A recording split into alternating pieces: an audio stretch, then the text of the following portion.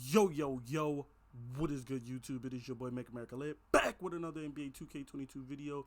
And in today's video, we're discussing the optimal badge levels for all playmaking badges in the NBA 2K22. So let's just jump right into this. Starting out, we're going to be starting off with the ankle breaker badge. Now, you know, this is a badge that I've kind of always avoided on this channel. Not so much avoided, but I just don't really use or whatever like that. And I never really recommend it like that just because I'm, you know me, I'm team defense on this channel. You know what I'm saying? Hashtag, you know, lockdown forever. You know what I'm saying? And I've always told you guys, you know, how powerful ankle braces is. And I think it's top 3 defensive badge, if not the best defensive badge in NBA 2K22. It's top 3 or top 2 badges as far as defense go, and it's a top 5 period badge for NBA 2K22. You know what I'm saying? So because of that, you know, the dribbling badges like ankle breaker, tight handles, and space creator aren't as good as they used to be in previous iterations of 2K, like 2K21 and 2K20 and stuff like that. Now, with that being said, I probably wouldn't recommend you put this badge on at all. You probably can get away without running this badge. That's just what I think. You know, as far as optimal levels go, I mean, you could put this on silver or gold or Hall of Fame and stuff like that. But keep in mind that you're going to be, you know, reduced. Your animations and stuff like that, ankle breaker animations and stuff like that, is going to be reduced based on the level of ankle braces that they have, you know, on the defensive side of things. You know what I'm saying? So if they're rocking gold ankle braces, that's gonna affect how good your you know, how many ankle breaker animations you get, and you know, you're just not going to be seeing a lot of ankle breakers. So that's the reason why I would recommend you pretty much just not rock this badge. Bailout, another one of those badges that used to be extremely good in previous iterations of 2K. You used to be able to get away with just running this badge on bronze, but I've learned this year with the new addition of all of these new badges and stuff like that, you're going to have to go up to silver. Now, you can go up to gold or Hall of Fame to be, you know, just, you know, as a safety cushion. But my recommendation as a guy who has a bunch of guards, you know, I have a two-way sharp, I have like 3 play shots, I have a 2-way playmaker, I have a pure playmaker. You know what I'm saying? I have a bunch of builds and stuff like that, and I would recommend that you guys just put this on silver. Now, here's why. Your bailout is only going to be as good as the person you're throwing it to's glue hands. You know what I'm saying? Because as you read the description, it says improves ability to catch difficult passes and quickly put the ball on the floor. But the first part improves the ability to catch difficult passes. So if I'm running, you know, bronze bailout and this person is running like Hall of Fame glue hands, a lot of times those passes are going to connect. Yeah, you know what I'm saying? But most people aren't running Hall of Fame glue hands. Most people are running maybe, if you're lucky, gold. Otherwise, they're running probably like silver or bronze. I personally run silver. Sometimes I'll run gold on my 2-way sharp, but I'm usually running silver glue hands. Now, if you're running, you know, gold bailout with bronze glue hands, you're probably going to hit that pass often. They might juggle it every now and then or tip the pass and lose the ball or stuff like that every now and then. But if they're rocking silver glue hands and you're rocking silver bailout and you have like a 80 pass accuracy, you're going to hit them right in the midst just about every single time. So that's why I recommend running silver bailout. And even if the off chance that they have bronze glue hands or, you know, something like that, or no glue hands, it still increases your chance of completing the pass. You know what I'm saying? It gives you a fighting chance. I've run bronze a lot, and I've noticed that I'm still throwing the ball out of bounds, even with my pure playmaker point guard with a 95 fucking pass accuracy. I'm still throwing the ball, them juggling it, them throwing it out of bounds and stuff like that. And I have a 95 pass accuracy with bronze bailout. So again, like I said, I would recommend you guys throw that on silver at least. Break starter, this is another one of those badges that I would recommend that you guys don't just run, period. Now, here's why. I have several bigs, okay? I have a glass cleaner. I have 2 glass lockdowns. Those are my only 3 big man builds. And none of those builds have any points into playmaking. All of those builds have, like, you know, finishing.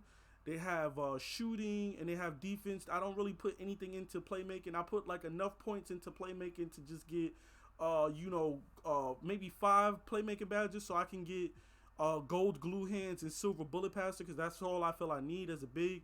Maybe an extra badge to get like bronze unpluggable or something like that. But for the most part, I don't put a bunch of points into playmaking on my big, and I'm still able to air the ball out. Now here's the thing. The only time you're really going to throw the ball out of bounds when you get a rebound and you try to throw the ball down to your teammate is if you're dribbling the ball. I've noticed that when I get the rebound and then I try to dribble up to like maybe the 3-point line and then I throw the ball down, I notice those are the times when I throw the ball out of bounds, or I throw a terrible pass and it gets stolen or it just goes out of bounds. When I grab the rebound and I just R1, L1 that shit and just throw it straight down the court, 9 times out of 10, I'm throwing a perfectly good pass. You know what I'm saying? And when I say a perfectly good pass, I mean a pass that my receiver catches the passes, not a turnover. That's all I care about. I don't really care too much about the animations they get. I'm just trying to send the ball down the court as fast as possible. You know what I'm saying? Now, I know Break Starter might give you, the person who catches the ball better animations and stuff like that. But also, this ties into glue hands. Being able to make that next move. So if they have gold glue hands or silver glue hands, they're going to make a good catch anyway and be able to just put the ball on the ground and immediately go up for a layup, a dunk, or whatever it is that they want to do. So that's why I'm a firm believer in not running Break Starter. You will never, ever see me running this badge. Now, the next badge we're going to talk about is Bullet Passer. Now, this is one of my favorite badges in this game. I kind of hated it because they pretty much nerfed the pass speed just so they could add Bullet Passer into current gen. If you played last year, passes were the normal speed or whatever like that. There wasn't no slow passes or fast passes. I mean, it was slow passes if you press triangle or Y and threw a lob pass or something. But other than that, when you just press X or you just icon pass, you got a normal pass speed. All they did was nerf the normal pass speed and then just added in Bullet Passer to slow or up the speed of passing. So basically, Silver Bullet Passer is like the normal speed of passing in the NBA 2K21 and 2K20. I've said this plenty of times on this channel, whatever, when I was doing the badge breakdown videos. You don't really need anything more than Silver Bullet Passer. If you were just, a guard, a 2-guard, small forward or whatever like that, even if you're running a 1 and you want to save points, all you really need is Silver Bullet Passer. Silver Bullet Passer is the normal passing speed for NBA 2K21, 2K20, 2K19 and stuff like that. This is just normal passing speed right here. Now, if you want to be throwing dots and shit like that, like you're Tom Brady just, zipping that shit everywhere, like a young Drew Brees or some shit, you know what I'm saying? Then you want to put that up to Hall of Fame. But me personally, I feel like you're better off putting those points somewhere else. I would rather my point guard, instead of having Hall of Fame Bullet Passer, maybe have Bronze Dimer or, Silver Floor General or something like that. So you don't really need Hall of Fame or Gold Bullet Passer. You can get away with just Silver Bullet Passer, and I pretty much rock Silver Bullet Passer on every single build because I play 5v5, and if you play Rec, you already know how easy it is to pick passes off. If you don't have Bullet Passer on at least Silver, you shouldn't even be throwing passes because you're probably going to get picked off with those slow-ass passes or whatever like that. So you definitely want to have Silver Bullet Passer minimum. Max, you can go to Hall of Fame, but I would just recommend the optimal level being Silver. Dimer as well. I mean, Hall of Fame Dimer is actually pretty nice on, like, I think early releases and stuff like that. But personally, I feel like it's so easy to shoot in this game that you don't really need Dimer. I don't really need Dimer. I would rather you, again, put those points into Floor General to boost everybody's offensive stats and stuff like that. But again, the optimal level I would go is either Bronze and Max, obviously Hall of Fame, but I would probably recommend just a Bronze Dimer just to help those dudes in the corner. Maybe you got a big man, a glass lock or a glass cleaner or something like that, or just, a non-traditional shooting big that got like a 60-something 3-ball or a 70-something 3-ball. Maybe your perimeter lockdown made a pure red P-lock and he has like a 60-something 3-ball. That Bronze Dimer in the corner is going to fucking help him out tremendously. You know what I'm saying? So, yeah, that's what I would recommend for Dimer. Downhill, I really don't touch this badge. I probably wouldn't recommend you run this at anything. I do know you do get the speed boost or whatever on the fast break, and you can choose when to trigger that speed boost, so you can pretty much like get the rebound or get the ball in transition, and then wait until you get to like the 3-point line and then press R2 to get that speed boost or whatever like that to increase your speed. That I've seen like 2K Labs and 2K2 talk about, but me personally, I just feel like this just isn't a good badge. With the way speed works in NBA 2K22, you got like 7'3" centers catching up to 6'3" point guards and stuff like that. So it's just like there really is no reason to even run this badge. You know, you're not going to get that much of a speed boost or that much of an advantage because of how speed works and how big men are able to run just as fast as 5'10" guards and stuff like that. You know, on the chase down or just on the fast break. So personally, I just would recommend you not run this badge. Again, floor general, I feel like with how easy it is to shoot and score it in this game, you don't really need floor general. But again, just with Dimer, I would recommend you put this on maybe just a bronze just to help those guys out. You know, if you know you got, you know, a P-Lock and he only got like a 67 3-ball, you know, maybe put this up to, you can put this up to gold, maybe get him a 73 ball so he can hit in that corner more, you know what I'm saying? But this is more so a badge for people who are, you know, really competitive, for people who really like to win, people who want to help their team win and stuff like that. So you're more going to see people running this in like Pro Am 3v3, Pro Am 5v5. You might see people running this in like, you know, ante-up and stuff like that, playing stage or whatever. Not going to see a lot of people running this in like regular rec or regular park or whatever like that, unless they're just super competitive and they want to win and they want to help their team. Again, my recommendation for the optimal level would be bronze, just to give people that extra boost, maybe to, you know, ball handle, shooting, mid-range, etc., etc. You know, then we got glue hands, another badge that I think is really good. My recommendation, you can get away with silver. You really can get away with silver, but gold is really nice. I'm not gonna lie to you. I really noticed the difference with gold just on how my player moves the animations off of the catch. How I'm able to just catch and just immediately just move, spin off, you know what I'm saying? Catch it and just go. Or just catch it and touch pass it. You know, you can't even touch pass anymore without having glue hands, because when you catch the ball, there's like a delay and then you pass the ball. When you have glue hands on silver and gold and Hall of Fame, now you unlock that ability to catch the ball and immediately pass it off with a touch pass or whatever like that. Something that you used to be able to do without any, you know, bullet passer or any glue hands in NBA 2K21 and 2K20. All you had to do was, as soon as somebody passes the ball to you and the ball is in the air, all you do is tap X and aim the directional button, the directional stick to whichever direction you want to pass it to next, and you were able to do a touch pass. You didn't need a badge to do a touch pass, you know what I'm saying? But now, with the way the badges are set up, you need glue hands to do touch passes. So, you know, I would recommend that you guys go either way. If you want to save points, the optimal level would probably be silver. But if you have enough playmaking badges where you can get everything else you need, I would recommend you go gold. I go gold on my 2A sharp just because I'm primarily catch and shoot on that build, and I want to get the cleanest animations I can and be able to make, you know, quick, clean moves after I catch the ball, maybe pump fake and then dribble out and stuff like that, step back and stuff like that, and that's going to help me. So I would recommend, like I said, if you're saving badges, you want to, you know, budget it properly, silver glue hands. But if you have enough points and stuff like that, definitely want to go gold with the glue hands. Handles for days, you want to max this out. Whatever you can max this out as, you max this out.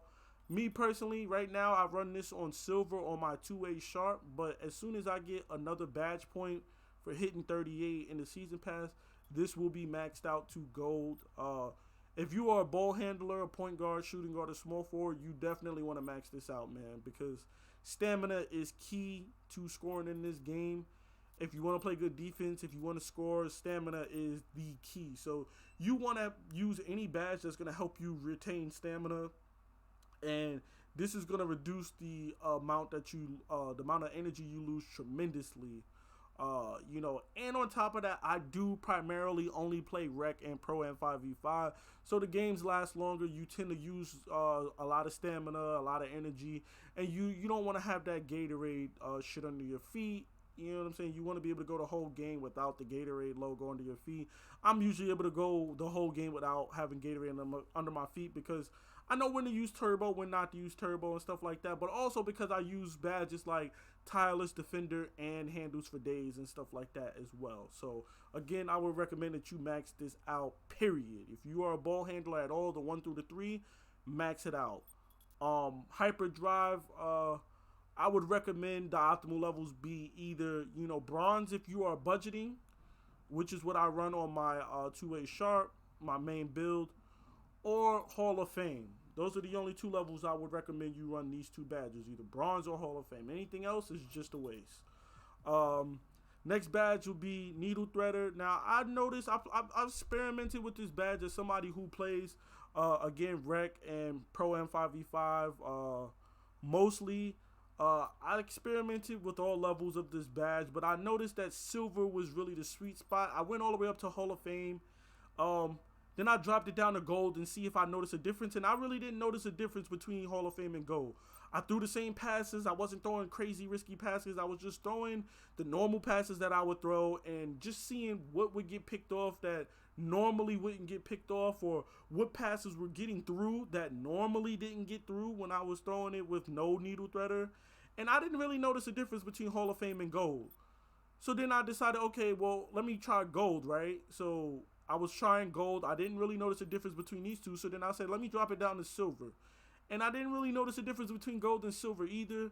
But there is a little noticeable difference between bronze and silver, which is why the optimal level I would recommend for Needle Threader is silver. If you could get this up to silver, if you have the points to get this to silver, throw it on silver and stuff like that. And please keep in mind, it's not going to magically stop people from stealing the ball from you. It's just going to help you thread the needle. This badge is really good when you are knowing when to time the passes and the proper passes. You know what I'm saying? It's going to help you with throwing alley-oop passes as well too. But the main thing that this badge really excels at is beating the defender with bounce passes. I've noticed that I was able to get a ton of bounce passes through while running this on silver versus not having this badge at all. So, if you are a type of person who likes to throw bounce passes, then definitely throw this badge on silver. This is the badge for you. Otherwise, you don't really need it any higher than silver. And if you're not going to run it on silver, I wouldn't recommend you run this at all. So the optimal level would be silver. Post Playmaker, once again, this is basically Dimer for big men. The same method applies, either bronze or Hall of Fame if you can go Hall of Fame, but you can get away with just rocking this bronze just to give people that extra boost when you're down in the paint, you get the rebound, you kick it out to the corners and stuff like that. Just that extra Dimer post Playmaker boost that they get. It's just nice, to help them hit that second shot.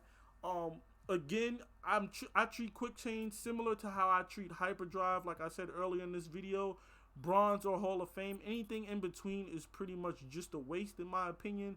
And then again, we'll be treating quick first step just like Handles for Days. This is one of the badges you want to max out. Whatever you max this out at, just max it out. Gold max it out gold. If you get a Hall of Fame, max it out Hall of Fame for sure. Space Creator. The optimal levels that I would recommend for this would be either silver if you are budgeting, and you don't have a bunch of badge points and stuff like that. You're trying to get everything you need. I would recommend silver Space Creator. And then I would recommend Hall of Fame Space Creator if you have enough points. You got 25 plus playmaking badges and stuff like that. This badge is just this badge is better than Ankle Breaker because not only is it going to help you take ankles with the step back or whatever like that, and the hop shot or whatever and stuff like that, but it's also going to help you create more space off of those step back and hop back jumpers, hop shot jumpers and stuff like that. You're going to create way more space. So it's not just about the ankle breaker animations and taking ankles, but also about the space that you're going to create now to get your shot off or to get an uncontested shot that you wouldn't have gotten if you wasn't rocking this badge at all.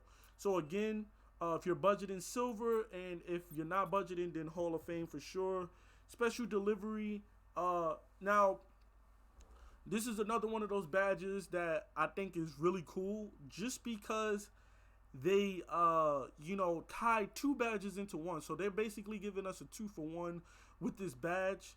As you can see by the description, it increases the alley-oop throw success and the shot chance for receivers after a flashy pass. So basically, this badge is Lob City Passer and Flashy Passer both put into one badge. You know what I'm saying? So you're getting a 2-for-1.